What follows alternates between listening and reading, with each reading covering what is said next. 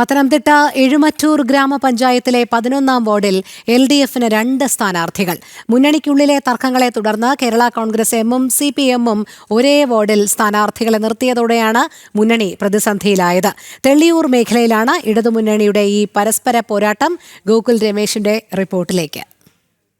പത്തനംതിട്ട ജില്ലയിൽ എഴുമറ്റൂർ പഞ്ചായത്തിലെ 11-ാം വാർഡായിട്ടുള്ള തെള്ളിയൂരിൽ ഇക്കുറി തദ്ദേശ തെരഞ്ഞെടുപ്പ് ഇടതുപക്ഷത്തെ സംബന്ധിച്ചിടത്തോളം വലിയ വെല്ലുവിളി നിറഞ്ഞതാവും. അത് പറയാൻ കാരണം മറ്റൊന്നുമല്ല, ഈ ഒരൊറ്റ വാർഡിൽ 11-ാം വാർഡിൽ ഇടതുപക്ഷത്തിന് 2 സ്ഥാനാർത്ഥികളാണ് ഇക്കുറി മത്സരത്തിനായിട്ട് ഇറങ്ങുന്നത്. ഒന്ന് നമുക്ക് കാണാം, 2 ഫ്ലെക്സുകൾ കാണാം. അതിലൊന്ന് കേരള കോൺഗ്രസ് എമ്മിൻ്റെ സ്ഥാനാർത്ഥിയായിട്ടുള്ള ഷെറി തോമസ് ആണ്. ഇടതുമുന്നണിയുടെ സ്ഥാനാർത്ഥിയാണ്. ഇടതുമുന്നണിയുടെ ഘടക കക്ഷിയാണ് കേരള കോൺഗ്രസ് എം.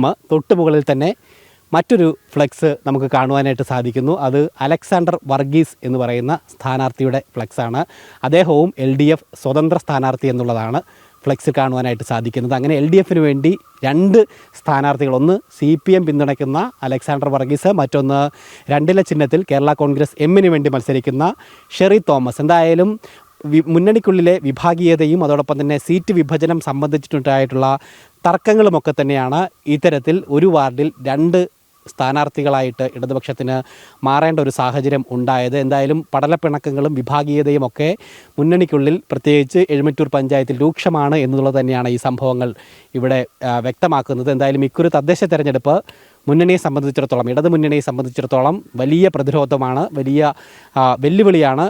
വിജയം ഉപരിയായിട്ട് ഈ പടലപ്പിണക്കങ്ങളും വിഭാഗീയതയും ചൂണ്ടിക്കാണിക്കുന്ന ഒരു തെരഞ്ഞെടുപ്പായിട്ട് ഇക്കുറി തദ്ദേശ തെരഞ്ഞെടുപ്പ് എഴുമറ്റൂർ പഞ്ചായത്തിൽ മാറുമെന്നുള്ള കാര്യത്തിൽ യാതൊരു സംശയവുമില്ല. അതങ്ങനെ സംഭവിച്ചതിൻ്റെ കാരണം, ഞാൻ കേരള കോൺഗ്രസ് എമ്മിൻ്റെ ജില്ലാ ജനറൽ സെക്രട്ടറിയാണ്. എൻ്റെ പേര് ഷെറി തോമസ് എന്ന്.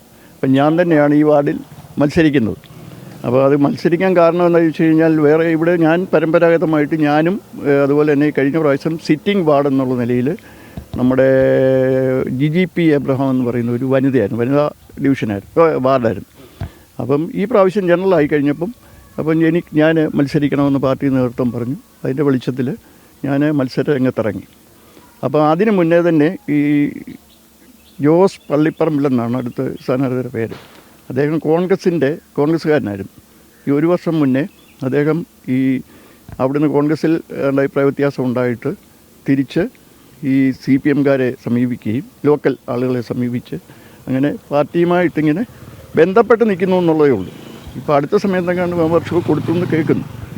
ആ ആളിനെ ഇവർ ലോക്കൽ കമ്മിറ്റി ആളുകൾ തീരുമാനിച്ചിട്ട് ഈ ഇടതുപക്ഷ മുന്നണിയുടെ തീരുമാനത്തിന് വിപരീതമായിട്ട്, ജില്ലാ കമ്മിറ്റിയുടെ തീരുമാനത്തിന് വിപരീതമായിട്ട് രംഗത്തിറക്കിയിരിക്കുകയാണ്. ആരുടെ അനുവാദമില്ലാതെ ലോക്കലായിട്ടുള്ള ആളുകളുടെ ഒത്താശയോടുകൂടി. അപ്പോൾ അങ്ങനെ വന്നപ്പോൾ നമ്മൾ ഇലക്ഷൻ പ്രഖ്യാപിച്ച് കഴിഞ്ഞതിന് ശേഷം ഞാൻ രംഗത്തിറങ്ങി. കേരള കോൺഗ്രസ് എമ്മിൻ്റെ സിറ്റിംഗ് വാർഡാണ്. അപ്പം സിറ്റിംഗ് വാർഡ് എന്നുള്ള നിലയ്ക്ക് ഞങ്ങൾ മത്സരിക്കുമല്ലോ സ്വാഭാവികമായിട്ട്. അപ്പോൾ അങ്ങനെ ഞാൻ രംഗത്തിറങ്ങിയിരിക്കുകയാണ്.